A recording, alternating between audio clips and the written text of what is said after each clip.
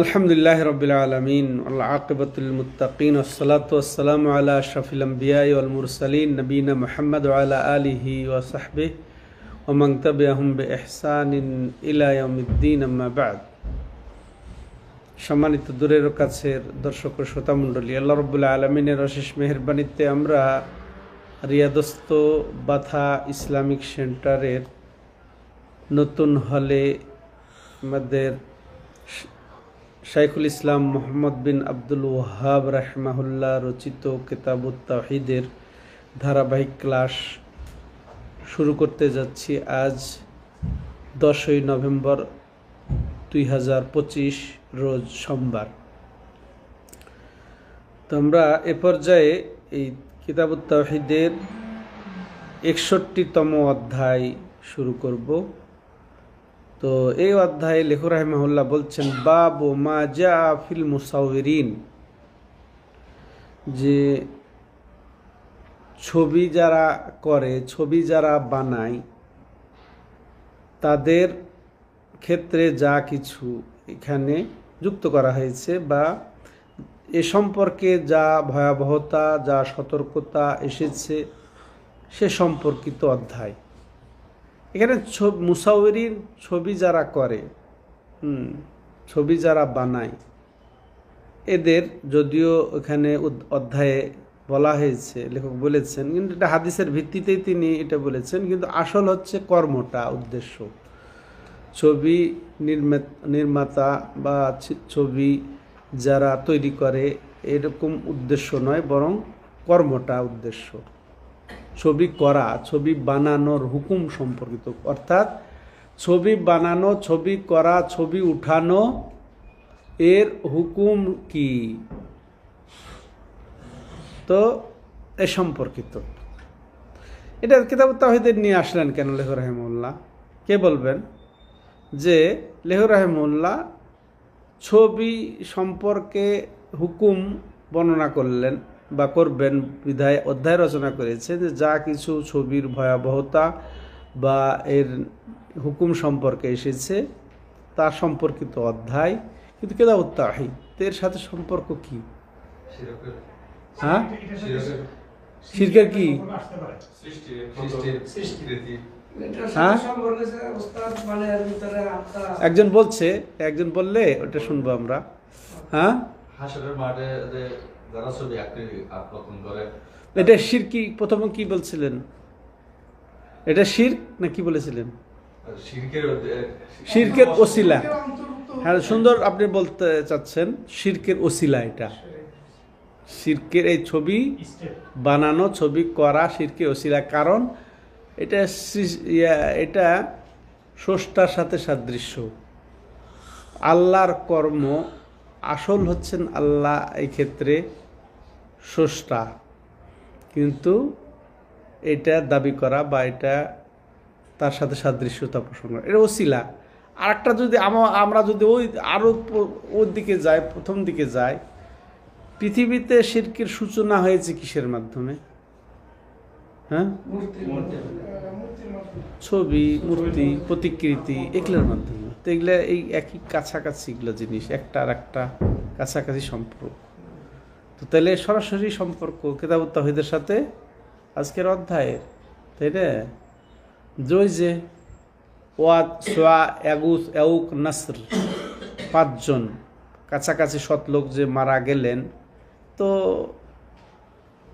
যখন আসল generation, তাওহীদের generation বিদায় হয়ে গেল, পরবর্তীতে শয়তানদেরকে অসওয়া দিল, কুমন্ত্রণা দিল। এরা কত বড় বড় মনীষী ছিলেন, ভালো ভালো লোক ছিলেন, আদর্শ লোক ছিলেন, হ্যাঁ, ওলি ছিলেন আল্লাহর। তো তাদের ক্ষেত্রে তোমাদের কিছুই করণীয় নাই। হ্যাঁ, এটা বলে কি করতে হবে? অসওয়া দিল যে এদেরকে স্মরণ করো। হ্যাঁ, কি করবে? যে তাদের আস্তানায় ছবি বানিয়ে রাখো, প্রতিকৃতি নির্মাণ করো, মূর্তি নির্মাণ করে, শেষ করে ছবি শিরক হয়ে গেল, তাই না? দেখো, ওইটা আমাদের উদ্দেশ্য নয়, এটা ওসিলা, শিরকের। ধন্যবাদ, জাকাল্লাহ খান। কি নাম? ইসমাইল, মাশাআল্লাহ। তো নিয়মিত আসেন তো নাকি? আসবেন।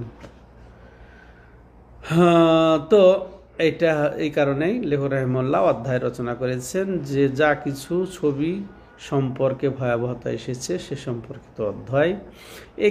এটাকে তিনি প্রমাণ করেছেন, এটা যে শিরকি কর্মকাণ্ড, এটা আবার দুই ধরনের। এটা ছবি তেলে ছবি উঠানো, ছবি বানানো, নির্মাণ করার হুকুম কি? হারাম। এটা দুই ধরনের হারাম। এক হচ্ছে কুফুরি, আর এক হচ্ছে ফাসিকি। কুফুরি ইসলাম থেকে বের করে দেয়। কখন এটা কুফুরি হবে? যখন সে আল্লাহর মতো করেই দাবি করে বানায়। হ্যাঁ, যে আল্লাহর মতো সৃষ্টি করছি, আমি আল্লাহর মতো করেছি, আল্লাহর যেরকম মানুষ তৈরি করেছি ঠিক আমি ওইভাবে পারি, ওইভাবে করি, ওইভাবে করলাম। ঠিক এইরকম আল্লাহর সাথে সাদৃশ্য করে যদি ছবি তৈরি করা হয়, বানানো হয়, উঠানো হয়, অঙ্কন করা হয়, হ্যাঁ, সেটা খোদাই করে হোক, সেটা মাটি দিয়ে হোক, সেটা যেভাবেই হোক না কেন, সব ধরনের ছবি এটার অন্তর্ভুক্ত হয়ে যাবে আমভাবে। তো সেটা যদি এইভাবে দাবি করে তাহলে এটা কুফরি, এতে কোনো সন্দেহ নেই, ইসলাম থেকে খারিজ হয়ে যাবে। কিন্তু এটা যদি এটা মনে না করে, হ্যাঁ, এমনি যদি বানায় সেটা তখন ফাসেকি হবে। ফাসেকিটাও কি? কাবিরা গুনাহ। ফাসেকিটাও কাবিরা গুনাহ। তো আল্লাহ আমাদেরকে হেফাজত করেন এইসব ফিতনা থেকে, ছবির ফিতনা থেকে আল্লাহ হেফাজত করেন। তো বলছিলাম যে এক্ষেত্রে লেখক রাহিমাহুল্লাহ 5টি দলিল এখানে যুক্ত করেছেন। এটা যে হারাম, এটার ক্ষেত্রে 5টি দলিল যুক্ত করেছেন। প্রথম দলিল, আন আবি হুরায়রা রাদিয়াল্লাহু আনহু قال قال رسول الله صلى الله عليه وسلم قال الله تعالى ومن أظلم ممن ذهب يخلق كخلقي فليخلقوا ذرة أو ليخلقوا حبة أو ليخلقوا شعيرا আখরাজাহ এটা আমরা পরিভাষাটাও বুঝবো। মুত্তাফাকুন আলাই, কোনো হাদিস বর্ণনার পরে মুহাদ্দিসিনে কিরাম লেখেন কি মুত্তাফাকুন আলাই। মুত্তাফাকুন আলাই মানে যে হাদিসের উপরে দুই হাদিসের ইমাম, দুই মুহাদ্দিস একমত হয়েছেন এটা বিশুদ্ধর ব্যাপারে, যে হাদিসটি বিশুদ্ধ, সেটাকে বলা হয় মুত্তাফাক আলাই। সেটা ইমাম বুখারী এবং মুসলিম। আর এখানে লিখেছেন আখরাজাহ, মানে এই হাদিসটার বর্ণনা করেছেন দুইজনে। এই দুইজন বলতেও ইমাম বুখারী, ইমাম মুসলিম। তো এই হাদিসটির বর্ণনাকারী, অর্থাৎ এই হাদিসটা তাদের দুই সহিহ গ্রন্থে উল্লেখ করেছেন, হ্যাঁ, বের করেছেন। এটা কারা? সহিহ বুখারী, না ইমাম বুখারী এবং মুসলিম। তো হাদিসের অর্থ হচ্ছে, বর্ণনাকারী হচ্ছে, রাবি হচ্ছে আবু হুরায়রা রাদিয়াল্লাহু তাআলা আনহু, প্রখ্যাত প্রসিদ্ধ সর্বাধিক হাদিস বর্ণনাকারী সাহাবী আবু হুরায়রা রাদিয়াল্লাহু তাআলা আনহু বর্ণনা করে বলছেন, ক্বালা রাসূলুল্লাহ সাল্লাল্লাহু আলাইহি ওয়াসাল্লাম, যে রাসূলুল্লাহ সাল্লাল্লাহু আলাইহি ওয়াসাল্লাম বলেছেন। এরপরে আবার কে বললেন? এটা আবু হুরায়রা। আবার রাসূলুল্লাহ সাল্লাল্লাহু আলাইহি ওয়াসাল্লাম বলছেন কি ক্বালা আল্লাহু তাআলা। রাসূলুল্লাহ সাল্লাম আবার কি বললেন? ক্বালা আল্লাহু তাআলা, মানে আল্লাহ বলেছেন। তাহলে এখান থেকে কি বুঝলাম আমরা? কে বলবেন? মাশাআল্লাহ, এই তো মাশাআল্লাহ, আপনারা মনে রাখেন এবং জাযাকাল্লাহ খায়রান। যে এরকম বর্ণনাকে কি বলা হয়? হাদিসে কুদসি। রাসূলুল্লাহ সাল্লাল্লাহু আলাইহি সাল্লাম যখন বলবেন ক্বাল আল্লাহ বা ইয়াকুল্লাহু আযজা ওয়া জাল, আল্লাহ বলেছেন বা আল্লাহ বলছেন, এরকম যদি রাসূলুল্লাহ সাল্লাল্লাহু আলাইহি সাল্লাম বলেন তাহলে সেটি হাদিসে কুদসি। তাহলে এটি একটি হাদিসে কুদসি। ওয়ামান আযলাম, কি আল্লাহ কি বললেন? ওয়ামান আযলামু মিম্মান যাহাবা ইয়াখলুকু কা খালকি। ওর চেয়ে আর বড় জুলুম কি হতে পারে? মানে এর চেয়ে আর বড় জুলুম নাই। হ্যাঁ, কি? মিম্মান যাহাবা, ওর চেয়ে, ইয়াখলুকু কা খালকি, আমার সৃষ্টির মতো সৃষ্টি করে। ওর চেয়ে আর বড় জালেমও নেই, এর চেয়ে বড় জুলুমও নেই যে আমার সৃষ্টির মতো সৃষ্টি করে। এরপরে দেখেন আবার চ্যালেঞ্জ এবার ছুড়ে দিলেন, মানে অপারগ করে দিলেন। ঠিক আছে, সৃষ্টি করবে, আচ্ছা করুক দেখি। ফালিয়াখলুকু যাররা, একটা যাররা সৃষ্টি করুক। এরা যারা আমার মতো সৃষ্টি করার দাবি করে, সৃষ্টি করতে যায়, সৃষ্টি করতে চায়, তো তাইলে এরা একটা যাররা তৈরি করুক। যাররা কাকে বলে? একেবারে এই যে পিপিলিকার যত প্রকার আছে তার মধ্যে সবচেয়ে ছোট পিপিলিকা, ওটাকে বলা হয় যাররা। অনুপরমাণু বলি না আমরা, তো একটা অণু সৃষ্টি করুক, একটা যাররা সৃষ্টি করুক, একটা ছোট পিপিলিকা সৃষ্টি করুক। মানে এটা প্রথম চ্যালেঞ্জ, একটা যাররা সৃষ্টি করার কথা বলে আল্লাহ রাব্বুল আলামিন। দ্বিতীয় চ্যালেঞ্জ, দ্বিতীয় তারকে অপারক বানিয়ে দিচ্ছেন কি? সে যারা এই যে সৃষ্টি করে, আমার সৃষ্টির মতো যারা সৃষ্টি করতে চায়, তাহলে তো ঠিক আছে। দ্বিতীয় ক্ষেত্রে কি উদাহরণ দিলেন আল্লাহ, যে ফালিয়াখলুকু হাব্বা, সে একটা দানা তৈরি করুক। একটা গমের দানা হোক, একটা ধানের দানা হোক, একটা সরিষার দানা হোক, তাই না, একটা বাদামের দানা হোক, তৈরি করুক। সে যা সৃষ্টি করতে চায়, মানুষ, এই প্রাণী, কুকুর, শুকুর, সিংহ, বাঘ, এগুলা বানাইতে চায়, সৃষ্টি করতে চায়, তো ঠিক আছে, একটা খালি যাররা অণু সৃষ্টি করুক, অনুরূপ একটা দানা সৃষ্টি করুক। আউলিয়াখলুকু শাইরা, অথবা সে একটা জব সৃষ্টি করুক, একটা জবের দানা সৃষ্টি করুক। হ্যাঁ, এই তো একটা হাদিস। তাহলে এখান থেকেও আল্লাহ রাব্বুল আলামিন এখানে অপারগ করে দিলেন যে তার মতো কেউ সৃষ্টি করতে পারবে না, এটা নাকচ। এতে বোঝা গেল যে আসলে এই সৃষ্টির বিষয়টা, যেটা হচ্ছে শিরকের ওসিলা, যেটা হচ্ছে তাওহীদের সাথে সাংঘর্ষিক। হ্যাঁ, এটা তাওহীদের বিপরীত। এই জন্য লেখক রাহিমাহুল্লাহ এই অধ্যায় রচনা করেছেন, এই অধ্যায়ের অধীনে এই হাদিসটা উল্লেখ করেছেন। এই হাদিস থেকে আমরা যেটা জানলাম সেটা হচ্ছে কি, যে ছবি উঠানো, ছবি বানানো, ছবি নির্মাণ করা, এগুলা হারাম, সাধারণত হারাম। যেটা সে যে কোনো মাধ্যমে হোক না কেন, যত ছবি পাওয়া যায়, এটার আসল হচ্ছে স্বাভাবিক হুকুম কি? হারাম। সবাই শুনছেন তো না? আরো কি এখানে এর সাথে যুক্ত কি, যে এই রকম ছবি নির্মাতা এবং ছবি বানায় যারা, ছবি সৃষ্টি করে যারা, ছবি অঙ্কন করে যারা, এরা সবচেয়ে বড় জালেম, বা এর কর্মটা সবচেয়ে বড় জুলুম, তাই না? হাদিসটা থেকে জানলাম ওমান আযলাম মান। হ্যাঁ, তো এটা হচ্ছে এইভাবে বুঝলাম। এরপরে আরেকটা জিনিস, যেটা হাদিসে কুদসি, এটা আল্লাহর কালাম, তাই না?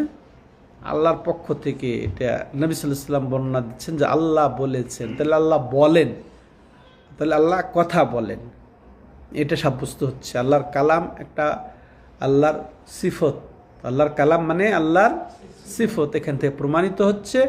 এবং সত্যই আল্লাহ রাব্বুল আলামিন বলেন, কথা বলেন, এটা আমাদেরকে মানতে হবে। কোরআন আল্লাহর কালাম, কোরআন সৃষ্ট নয়, কোরআন মাখলুক নয়, আল্লাহর কালাম, আল্লাহর সিফত। এটা আমরা বুঝলাম যে আল্লাহ বলেছেন, আল্লাহ তাহলে কথা বলেন, যেরকম তার সমচীন সেভাবেই তিনি কথা বলেন, নবীদের সাথে কথা বলেছেন। মূসা এর উপাধি কি? কালিমুল্লাহ। হ্যাঁ, মানে যিনি আল্লাহর সাথে কথা বলেছেন। তো এটা বোঝা গেল। এরপর আরো কি বুঝবো আমরা এই হাদিস থেকে, যে এই ছবি বানানো, ছবি অঙ্কন করা, এটা হচ্ছে আল্লাহর সৃষ্টির সাথে তুলনা পোষণ করা, সাদৃশ্যতা পোষণ করা হয়। তেমনইভাবে যে আল্লাহর সৃষ্টির সাথে অংশগ্রহণের অপচেষ্টা করা হয়, আল্লাহর সৃষ্টির ক্ষেত্রে অংশগ্রহণের অপচেষ্টা হয় এই ছবি বানানো, নির্মাণে। আল্লাহ মুস্তাআন। চৌথ যেটা আমরা জানছি যে আল্লাহর সৃষ্টির যে এটা একটা কুদরাত, এটা আল্লাহর বৈশিষ্ট্য, সৃষ্টি করার ক্ষমতা এটা আল্লাহর বৈশিষ্ট্য। এটাও আমরা বুঝলাম যে আল্লাহ সৃষ্টি করেন, আল্লাহর সৃষ্টি। এটা একটা দলিল গেল। দ্বিতীয় দলিল হচ্ছে ওয়ালাহুমা আন আয়েশা। এই হাদিসটা ওয়ালাহুমা বলতেও আমরা বুঝবো কি, যেটা বুখারী এবং বুখারী মুসলিমেরই হাদিস। এটা ওয়ালাহুমা ইমাম বুখারী এবং ইমাম মুসলিমেরই হাদিস। আর সেটা বর্ণনাকারী কে? আন আয়েশা রাদিয়াল্লাহু আনহা, আয়েশা রাদিয়াল্লাহু আনহা উম্মুল মুমিনিন, মুমিনদের জননী আয়েশা রাদিয়াল্লাহু আনহা বর্ণনা করছেন যে আন্না রাসূলুল্লাহ সাল্লাল্লাহু আলাইহি সাল্লাম ক্বাল, যে রাসূলুল্লাহ সাল্লাল্লাহু আলাইহি সাল্লাম অবশ্যই বলেছেন কি, আশাদ্দুন নাসি আযাবান ইয়াউমাল কিয়ামাহ আল্লাযীনা ইউদাহিউনা বিখালকিল্লাহ। বলছিলাম কি, এটাও সহিহ বুখারী এবং মুসলিমের হাদিস, তাই না? তো যে আয়েশা রাদিয়াল্লাহু আনহা বর্ণনা করে বলছেন যে রাসূলুল্লাহ সাল্লাল্লাহু আলাইহি সাল্লাম বলেছেন আশাদ্দুন নাসি আযাবান ইয়াউমাল কিয়ামা, যে কিয়ামতের দিন সবচেয়ে কঠিন যার আযাব হবে সে কে? আল্লাযীনা ইউদাহিউনা বিখালকিল্লাহ, যে আল্লাহর সৃষ্টির মতো যে সৃষ্টি করে বা আল্লাহর সৃষ্টির সাথে তুলনা করে যারা সৃষ্টি করে বা বানায়। বুঝে আসছে? তাহলে এটা এদের সবচেয়ে কঠিন আযাব হবে। সবচেয়ে কঠিন আযাব কার হবে কিয়ামতের দিন? যারা আল্লাহ সৃষ্টির ক্ষেত্রে আল্লাহর সাথে তুলনা করে, মানে এই সৃষ্টি করে, এই যে ছবি প্রতিকৃতি অঙ্কন করে হোক, সেটা যেভাবেই হোক। তাহলে এটার সাথে সাদৃশ্য অধ্যায়ের কি, যে এখানে কঠিন, এই যারা এইরকম ছবি বানাবে, করবে, তুলবে, তাদের কঠিন শাস্তির দিকে যেহেতু এটা প্রমাণ হচ্ছে, সেটাই এখানে বোঝা মিমাফিদান্না তসবির জারিমা। আর এতে বোঝা গেল কি, যে ছবি বানানো, ছবি উঠানো এটা কঠিন ভয়াবহ অপরাধ। তো এটা হচ্ছে সম্পর্ক অর্থের সাথে। এবার এই হাদিস থেকে যা আমরা বুঝবো সেটা হচ্ছে কি, যে সব ধরনের, সব শেকেলের, সব রূপের ছবি এটা বানানো নিষেধ, হারাম। আর যেটা যে মাধ্যমেই হোক না কেন, যে মাধ্যমেই ছবি তৈরি করা হোক, বানানো হোক, এটা হচ্ছে হারাম। ওয়ান্নাহু মুদাহাতুন লিখালকিল্লাহ, কারণ এটা হচ্ছে আল্লাহর সৃষ্টির সাথে তুলনা করা। আল্লাহ যেটা করেন আমিও পারি, উম্মুকও পারে, এরকম একটা তুলনা হয়ে যায়, চ্যালেঞ্জ হয়ে যায়, অংশীদারিত্ব এসে যায়। আল্লাহর সৃষ্টির সাথে সেও বানায়, সেও করতে পারে, অংশীদারিত্ব হলো না, তুলনা হলো না, তাহলে তুলনা এবং অংশীদারিত্ব হয়ে যায়। আরও যেটা আমরা জানলাম এই হাদিস দ্বারা, যে অপরাধ অনুযায়ী, ছবির ধরন অনুযায়ী, কেউ হাত দিয়ে অঙ্কন করে, হাত দিয়েই করে, কেউ কেমন করে করে, কেউ কেউ পাহাড় পাথর দিয়ে করে, কেউ খোদাই করে করে। তো ওই ধরন অনুযায়ী আযাবেরও ধরন হবে কিয়ামতের দিন, আযাবেরও তারতম্য হবে। তেমন তৃতীয়ত আমরা যেটা বুঝলাম, যে এই ছবি উঠানো, ছবি বানানো, ছবি নির্মাণ করা, এটা হচ্ছে যে বড় গুনার অন্যতম, বড় বড় যে গুনাহ আছে তার অন্যতম। তাহলে এটা কাবিরা গুনাহ, এটা আমরা জানলাম হাদিস থেকে। তৃতীয় হাদিস ওয়ালাহুমা, এটাও দেখেন এই সব ক্ষেত্রে যতগুলো হাদিস আমরা শুনছি সবগুলো সহিহ বুখারী এবং সহিহ মুসলিমে ইমাম দয় যুক্ত করেছেন।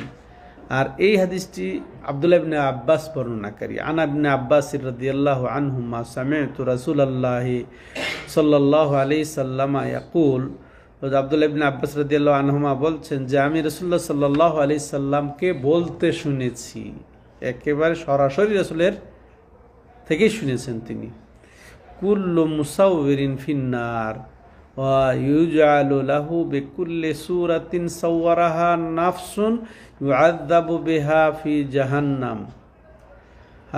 তো তিনি বলছেন যে রাসূলুল্লাহ সাল্লাল্লাহু আলাইহি ওয়াসাল্লামকে কি বলতে শুনেছি, যে প্রত্যেক ছবি নির্মাতা, ছবি উঠায় যারা, জাহান্নামে। হ্যাঁ, বা এই ছবির কারণে, এই ছবি বানানোর কারণে, অঙ্কন করানোর কারণে, এই প্রতিকৃতি নির্মাণ করার কারণে সে কোথায় যাবে? জাহান্নামে। আল্লাহু আকবার। কারণ এটা হচ্ছে একমাত্র আল্লাহর বৈশিষ্ট্য। সৃষ্টি করাটা একমাত্র আল্লাহর বৈশিষ্ট্য। তো সে আল্লাহর সাথে তুলনা বা অংশীদারিত্বের দাবি করলো। এটার কারণে সে বানালো। এটা এটা আমাদেরকে বুঝতে হবে, সে জাহান্নামে। তো প্রত্যেক ছবি নির্মাতা ইউজালুলাহু বিকুল্লি সূরাতিন সাওয়ারাহা নাফসুন ইউআযাবু বিহা ফি জাহান্নামা। তো ওই দিন, কিয়ামতের দিন কি হবে? যে ছবি করেছে, যেগুলা করেছে, যত ছবি করেছে বা নিয়েছে, তো সেগুলা প্রাণ দেওয়া হবে। ওই প্রাণ দিয়ে তাদের এই কারণে কি করা হবে? জাহান্নামে দেওয়া হবে। এর বদলে তাকে জাহান্নামে ঢুকিয়ে দেওয়া হবে।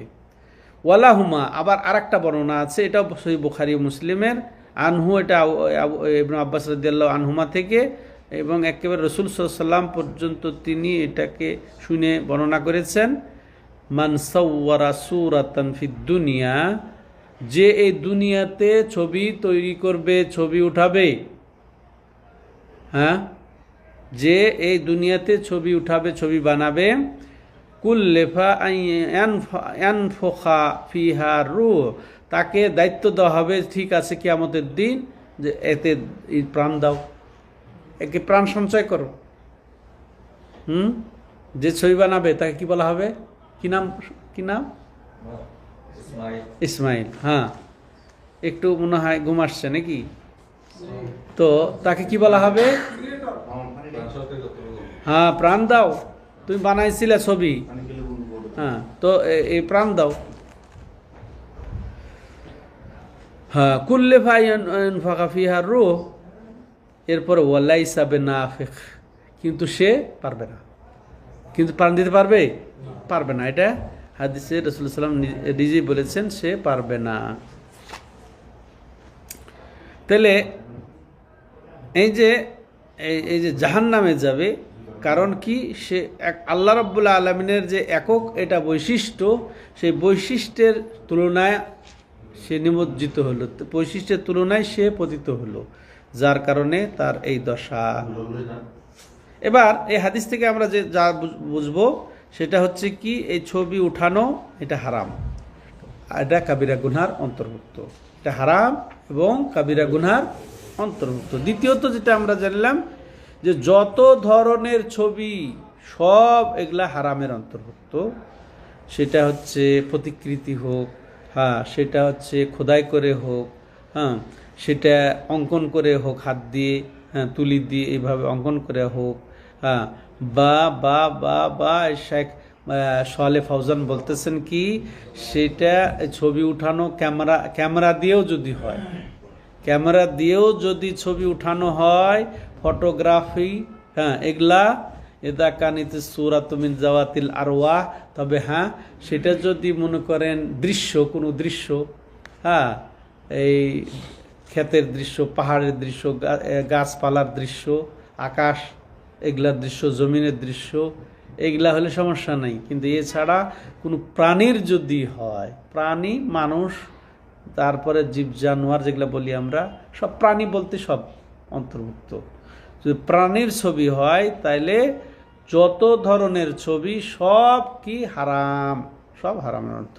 তবে যদি শুধু প্রয়োজন হয় তাইলে সেটা চাই যাবে। এখানে কথা হলো যে সব ধরনের ছবি হারাম, এটা শেখ সোহালে ফৌজান হাফিজাহুল্লাহ বলেছেন, সব ধরনের ছবি হারাম। তবে এখানে দুই ধরনের ছবি জায়েজ, দুই ক্ষেত্রে জায়েজ হবে। একটা হচ্ছে জরুরি ছবি না উঠাইলে চলবে না, এটার ইয়েতে স্থলাভিষিক্ত আর কিছু নেই, ছবি উঠানো ছাড়া এটার আর কোনো বিকল্প দিক নেই, ছবি উঠাইতেই হবে। যেমন পাসপোর্ট, একামা, সুন্দর উত্তর দিয়েছেন। আর একটা হচ্ছে এটা জরুরি গেল, আর একটা হচ্ছে কি প্রয়োজন। প্রয়োজন কোনটা? যে এর বিকল্প আছে। হ্যাঁ, প্রয়োজন, আর হ্যাঁ এটা প্রয়োজন কিন্তু বিকল্প আছে। তো এরকম যদি হয় প্রয়োজনের কাজে জায়েজ হয়, এটা প্রয়োজন। যেমন শিক্ষা দীক্ষার ক্ষেত্রে, দাওয়াতের ক্ষেত্রে প্রয়োজন। এখন প্রয়োজনীয়তা যেমন ওই যে যেটা বললাম জরুরাত, ওটাও কিন্তু ছিল না আগে। একামার প্রচলন ছিল, যেটা মনে করেন আমাদের ন্যাশনাল আইডির প্রয়োজন এটা শুরু হলো মাত্র কয়েক বছরে, প্রয়োজন ছিল না, তাই না? এখন জরুরি হয়ে গেছে, ওটা ছাড়া আপনার দিবেই না কার্ড, ঠিক আছে? আর তেমনইভাবে পাসপোর্ট, ওটারও কোনো কারবার ছিল না, তাই না? আমাদের বাপদাদার কোন পাসপোর্ট ছিল? ছিলই না। হ্যাঁ, তো তাহলে দুইটা, ছবি উঠানো, ছবি বানানো, এগুলা দুইটা কারণে জায়েজ। একটা হচ্ছে জরুরি আর একটা হচ্ছে প্রয়োজন। প্রয়োজন বলতে শিক্ষা দীক্ষার এটা মাধ্যম হিসাবে। হ্যাঁ, যত কথা কথা যারা মেডিকেলে পড়ে তাদেরকে ছবি অবশ্যই করতে হবে, ছবি দেখাতে হবে, পাঠ পাঠ করে তাকেই করতে হবে, তাই না? প্রয়োজন এটা শিক্ষা দীক্ষার জন্য। মানে সেক্ষেত্রে দাওয়াতি ক্ষেত্রে যেগুলা ছবি হচ্ছে, এগুলা দাওয়াতি ক্ষেত্রে প্রয়োজনীয়তার তাগিদে এটা জায়েজ। ওলামায়ে কেরাম এটা যেমন প্রয়োজনের ক্ষেত্রে শেখুল ইসলাম ইবনে তাইমিয়া থেকে আসছে যেটা প্রয়োজন জায়েজ, প্রয়োজনে জায়েজ। তবে এক্ষেত্রে একটা নীতিমালা আছে শরীয়তের যে আদ-দারুরাতু তুবিহুল মাহদুরাত তুকাদ্দারু বিকাদারিহা। প্রয়োজন যেটা জরুরত যেটা, এটা হারামকেও জায়েজ করে ফেলে, হারামকেও জায়েজ করে ফেলে। এর পরের অংশ হচ্ছে তুকাদ্দারু বিকাদারিহা, তবে যতটুকু প্রয়োজন অতটুকু, ঠিক আছে? যতটুকু প্রয়োজন ততটুকু। কথার কথা, হারাম শুকরের গোশত হারাম, কিন্তু আর কোনো খাবার নাই, কোনো খাবার নাই, সে না খেয়ে আছে কিন্তু এখন শুকরের গোশত পেয়েছে। এটা হতেই পারে পশ্চিমে, তাই না? কাফের রাষ্ট্রে হতেই পারে। আর কোনো গোশত নাই, কিচ্ছু খাবার নাই, ওই শুকরের গোশতটা, আল্লাহ আমাদের হেফাজত করেন। তো এখন ওই শুকরের গোশত হারাম, তারপরও ওখানে জায়েজ হয়ে যাবে। তো কি পরের অংশ কি? তবে যতটুকু প্রয়োজন, যতটুকু না খেলে জীবন বাঁচবে না অতটুকু, ঠিক আছে? তাহলে দুইটা, একটা হচ্ছে জরুরি আর একটা হচ্ছে প্রয়োজনীয়তা। প্রয়োজনীয়তার কারণে যে দাওয়াতি কাজে এগুলো প্রয়োজনীয়তা। এখন এই ছবি না হলে এটা ছবি করা হচ্ছে, এটা ভিডিও করা হচ্ছে, তখন এটা কি হচ্ছে? এটা এখন প্রয়োজন যে এটা দাওয়াতি প্রচার হচ্ছে। সেম এই যে এখানে আপনারা 50 জন শুনছেন, হ্যাঁ শুনছেন, কিন্তু এটা যখন ছবি করে এটা ভিডিও করে পাঠিয়ে দিলেন, আরও কত কত শত দেখবে, শুনবে, উপকৃত হবে। এটা দাওয়াত প্রচার প্রসারের প্রয়োজনীয়তা দেখা দিয়েছে। আল্লাহ আমাদেরকে হেফাজত করে। কিন্তু অপ্রয়োজনীয় তাহলে থাকলো অপ্রয়োজনীয়, জায়েজ না না জায়েজ? আপনারা ফতোয়া দেন তাহলে, যতগুলো হাদিস শুনলাম। তাহলে আমরা শখের বিষয়টা বাদ দিয়ে দেবো, তাই না? শখের বিষয়টা বাদ দিয়ে দেবো। হাইরে সেলফি কি হবে তাহলে? আল্লাহ মাফ করো, আল্লাহ আমাদেরকে মাফ করে এবং এটা আমাদের কন্ট্রোল। আর দেখেন, একে তো ছবি উঠানো এটাই হারাম কাজ, আবার আমার ইবাদতটা দেখানোর জন্যে সেলফি উঠাচ্ছি। আচ্ছা, নামাজ পড়ছি, রুকু করছি, সিজদা করছি, এটা আমরা ছবি উঠাই না, ঠিক আছে? আবার হজে গেলে আবার ছবি উঠাইতেছি কেন? এটা হ্যাঁ, তোয়াফের অবস্থায়, সাইর অবস্থায়, ইহরাম পরেছি, এখন নিজে দোয়াটাও, বিবেক কোথায়? কেমনভাবে দোয়া করছি, ওটাও মানুষকে দিয়ে ছবি উঠাচ্ছি। থাকলো কি তাহলে? আল্লাহর জন্য কি থাকলো? আল্লাহর জন্যে? এটা তো রিয়া। আর রিয়া যদি জাস্ট ওই হয়, ওই যে কর্মে হবে সেটা বাদ হয়ে যাবে। কিন্তু একান্তই যদি মানুষের জন্যেই ছবিটা করা হয়, আল্লাহর এখানে কোনো অংশ না থাকে, তখন এটা কি হবে? একের বড় শিরক হয়ে যাবে। এটা বড় শিরক হয়ে যাবে। কিন্তু আল্লাহর জন্যই সে উমরা করতে গেছে, কিন্তু ওই যে মানুষকে দেখার জন্য মনোমানসিকতা খায়েশ জেগে গেছে, এটা তখন ছোট শিরিক, কাবিরা গুনহা, বাতিল হয়ে যাবে এমনটা, নাউজুবিল্লাহ। ওই হজটা, ওই উমরাটা বাতিল হয়ে যাবে দেখানোর জন্যে যদি এটা ছবি করা হয়। না না, নাসরুল্লাহ সাল্লাম আল্লাহ আফিয়া। তো বলছিলাম যত ধরনের ছবি, সব ধরনের, কিন্তু প্রয়োজনে দুইটা ক্ষেত্রে জায়েজ আছে, তাই না? প্রয়োজনে ইল্লালি দরুরা, দরুরা বললাম একটা হচ্ছে জরুরি আর একটা হচ্ছে প্রয়োজন, যেটা আমরা সাধারণত বুঝি। আর এটা কোন ছবি? এটা প্রাণীর ছবি, প্রাণীর ছবি, মানুষ থেকে নিয়ে জীব জানোয়ার যেগুলো আছে সেগুলোর ছবি। আর এরপরে আমরা যেটা জানলাম এই হাদিস থেকে, যে কোনো জন্যেই ছবি উঠানো প্রয়োজন ছাড়া আর জরুরত ছাড়া যে কোনো, এটা নিষিদ্ধ, এটাই আমরা পেলাম। আর শেষ যেটা বর্ণনা এটা আসলো কি, যে অপারগতা প্রমাণ করেছেন আল্লাহ রাব্বুল আলামিন, যে কেউ তার মতো সৃষ্টি করতে পারবে না। একটা দানা সৃষ্টি করুক, একটা একটা একটা অণু সৃষ্টি বা জাররা সৃষ্টি করুক, একটা জব সৃষ্টি করুক, তো এটাও এখানে স্পষ্ট হয়েছে যে অপারক, আল্লাহর মতো সৃষ্টি করতে অপারক। এরপরে এখানে এটাও জানলাম যে আল্লাহ রাব্বুল আলামিন কিয়ামতের দিন যারা ছবি উঠাবে, যারা ছবি বানাবে, তাদেরকে নির্দেশ দিবেন যে ঠিক আছে, প্রাণ সঞ্চার করো, প্রাণ দাওয়াতে জীবন দাও, আত্মা দাও, কিন্তু তা পারবে না, আল্লাহ ছাড়া কেউ পারবে না। এর বলে মুসলিম আন আবিল হাইয়াজ, চমৎকার একটি হাদিস। এটা সাহাবি আবুল হাইয়াজ উনি বর্ণনা করছেন, এটা সহিহ মুসলিমে এসেছে, এটা বুখারী মুসলিমের নয়, আগের সবগুলো হাদিস সহিহ বুখারী এবং মুসলিমে এসেছে। আর এই হাদিসটি সহিহ মুসলিমে তাবি আবুল হাইয়াজ থেকে বর্ণিত। তিনি বলছেন, ক্বাল আলী আলিউন রাদিয়াল্লাহু আনহু, আমাকে আলী রাদিয়াল্লাহু, আমিরুল মুমিনিন আলী রাদিয়াল্লাহু তাআলা আনহু বলেছেন, আল্লাহ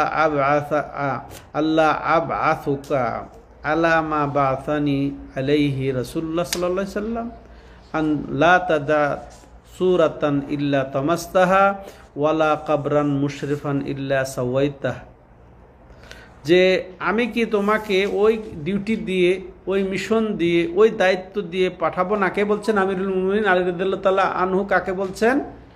আবুল হাইয়াজ। আবুল হাইয়াজ একজন সাহাবী, আলীর নাইয়া তাবি। আর আলী রাদিয়াল্লাহু তাআলা আনহু প্রখ্যাত শুধু সাহাবী না, প্রখ্যাত সাহাবী, আমিরুল মুমিনিন, চতুর্থ খলিফা। উনি বলছেন, আমি কি হে আবুল হাইয়াজ তোমাকে ওই দায়িত্ব দিয়ে পাঠাবো না যে দায়িত্ব দিয়ে আল্লাহ রাসূল সাল্লাল্লাহু আলাইহি সাল্লাম আমাকে পাঠিয়েছিলেন?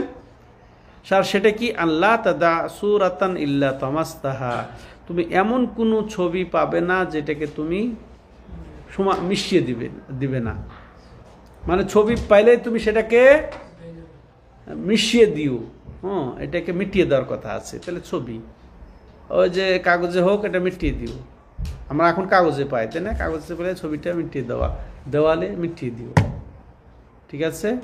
ইল্লা তাম ওয়ালা কবরান মুশরিফান ইল্লা সাওয়াইতাহ, আর এমন কোনো কবর, উঁচা কবর পাবে না যেটাকে তুমি সমান করবে না। অর্থাৎ সমান কবর পাইলেই, উঁচা কবর পাইলেই সেটাকে সমান করে দেবে। এটা হুকুম, এটা রাসূল সাল্লাল্লাহু হুকুম করেছেন, তাই না? তাহলে এটা হারাম, এটা কবর উঁচা করা হারাম, ছবি করা হারাম, হুকুম পেয়ে গেলাম আমরা। তাহলে এই হাদিস থেকে যেটা আমরা বুঝলাম যে ছবি উঠানো, ছবি বানানো, নির্মাণ করা এটা হারাম, আর এটাকে আবার অপসারণ করাটাও জরুরি। রাসূল আদেশ দিয়েছেন, আর রাসূল আদেশ পালন করা জরুরি, তাহলে এটাকে করা জরুরি। তবে হ্যাঁ, যেখানে আমার শক্তি আছে সেখানে আমি করবো, এটাকে মিটাবো। যেখানে আমার শক্তি নেই, আমি নিজে বিপদে পড়ে যাব, সেটা করব না। এটা দায়িত্ব হচ্ছে শাসকের, দায়িত্ব হচ্ছে আপনার বাড়িতে, হ্যাঁ এগুলা হচ্ছে বাড়িতে আপনি এটাকে অপসারণ করেন, মিটিয়ে দেন, ঠিক আছে? এবং সব ধরনের বাড়িতে হলে এটা মেটাতে হবে। কিন্তু এটা যা হোক, প্রয়োজন কিছু যদি হয়ে যায়, বাড়ি ছাড়া বাথরুম টাথরুম এগুলো তো হয়ে গেছে, ওটা বলবো না যে জায়েজ, কিন্তু এই বাড়িতে হওয়াটা এটা হচ্ছে একেবারে হারাম পর্যায়ের। বাড়ির কথাই এসেছে দলিলে, হ্যাঁ, যে এই অনেক হাদিস এসেছে, অধিকার যাওয়ার সুযোগ নিচ্ছি না। এরপরে সৎ কাজের আদেশের ওসিয়ত এখানে পাচ্ছি আমরা। কে? রাসূলুল্লাহ সাল্লাম আলী রাদিয়াল্লাহু তাআলা আনহুকে ওসিয়ত করে পাঠিয়েছিলেন যে দুইটা দায়িত্ব দিয়ে, যে তুমি যত ছবি পাবে সেগুলাকে মিটিয়ে দিবে, আর যত উঁচু কবর পাবে সেগুলাকে সমান করে দিবে। তাহলে এটা সৎ কাজের আদেশের ওসিয়ত। হ্যাঁ, এটা আমরা পাচ্ছি, আমরা শিখলাম যে আমরা একজন আরেকজনকে এই কাজে উপদেশ দেব বা আমরা একজন আরেকজনকে ওসিয়ত করব। তাহলে এখান থেকে এটা পেলাম। আর নিষিদ্ধ থেকে নিষিদ্ধ কাজ থেকে নিষেধ করারও এখানে উৎসাহ পেলাম, এবং এলেমের তাবলিগ করারও এখানে উৎসাহ পেলাম। হ্যাঁ, এলেমের জন্যই হয়তো বলেছেন আলী রাদিয়াল্লাহু তাআলা আনহু, তাকে এটা একটা ইলম। তাহলে ইলম তাবলিগ করতে হবে, এই দিনের তাবলিগ করতে হবে, সেখানে আমরা পেলাম। তারপরে আমরা আরো কি পেলাম, যে উঁচু কবর এটা হারাম। এটা বিল্ডিংয়ের মাধ্যমে হোক, উঁচু করা হোক, গম্বুজ বানানো হোক, হ্যাঁ, আর এটা কি শিরকের ওসিলা, শিরকের উপকরণ। তারপরে আরো কি পেলাম, যে যদি গম্বুজ হয়, কবরে গম্বুজ হয়, এগুলাকে মিটিয়ে দেওয়াটা ফরজ, এটাকে মিটিয়ে দেওয়াটা, গুড়িয়ে দেওয়াটা ফরজ। কিন্তু ওই তো বললাম যে আইন হাতে উঠিয়ে নিব না। হ্যাঁ, এটা সরকারের দায়িত্ব, সরকার না করলে সরকার দেখবে, সেটা সরকার জবাবদিহি করবে, ঠিক আছে। কিন্তু আমি যেখানে আমি দায়িত্বশীল সেখানে আমি করতে পারি, ঠিক আছে, এটা আমাদেরকে বুঝতে হবে। আর এগুলাই ছবি, তারপরে যে কবরে নির্মাণ কার্য করা, বিল্ডিং করা, গম্বুজ করা, এগুলো হচ্ছে শিরকের ওসিলা, এটা আমরা জানলাম, ঠিক আছে ভাইরা। তাহলে আজকে এ পর্যন্তই আজকের অধ্যায় ছিল, যে ছবি বানানো, ছবি করা, ছবি উঠানোর হুকুম সম্পর্কিত অধ্যায়। আর এটার কিতাবুত তাওহীদে সংযুক্ত করেছেন লেখক রাহিমাহুল্লাহ এই জন্যেই, যে ছবি হচ্ছে শিরকের ওসিলা। এই ছবি দ্বারাই, প্রতিকৃতি দ্বারাই এই পৃথিবীতে শিরকের সূচনা হয়েছে। হ্যাঁ, তো এই জন্যে সম্পর্ক একেবারে নিগুড় সম্পর্ক কিতাবুত তাওহীদের সাথে। এই মর্মে লেখক রাহিমাহুল্লাহ 5টি দলিল সংযুক্ত করেছেন, আর সবগুলাই প্রমাণ করে যে ছবি উঠানো, বানানো, নির্মাণ করা এগুলো হারাম। 2 ধরনের হারাম, এক হচ্ছে কুফরি আর এক হচ্ছে ফাসেকি। কুফরি যদি ঠিক আল্লাহর সাথে সাদৃশ্যতা, তুলনা করে বানানো হয়, আল্লাহর কর্মের অংশীদারিত্বে এটা বানানো হয়, তাহলে এটা কুফরি শিরক হবে। আর যদি এটা বাস এমনি সাধারণ, আল্লাহর সাথে চ্যালেঞ্জ করে নয়, আল্লাহর মতো করে নয়, আল্লাহর সৃষ্টির সাথে অংশগ্রহণ করে না হয়, অন্য হয়, সেটা তখন কি হবে? কাবিরা গুনাহ, ফাসিকি। বুঝে আসছে? সব ধরনের ছবি বানানো, করা, তোলা নিষিদ্ধ, দুইটা ক্ষেত্রেও ছাড়া। প্রথম হচ্ছে জরুরি হয়ে গেছে, অনিবার্য হয়ে গেছে, পাসপোর্ট বানাতে হবে, এনআইডি কার্ড বানাতে হবে, জরুরি। হ্যাঁ, তো এরপরে কি আরেকটা কি বলেছি, প্রয়োজন, ওটা জায়েজ, ঠিক আছে, প্রয়োজনও জায়েজ। হাযা হুয়া আল্লাহু আ'লাম। সুবহানাকাল্লাহুম্মা ওয়া বিহামদিকা আশহাদু আল্লা ইলাহা ইল্লা আনতা আস্তাগফিরুকা ওয়া আতুবু ইলাইক।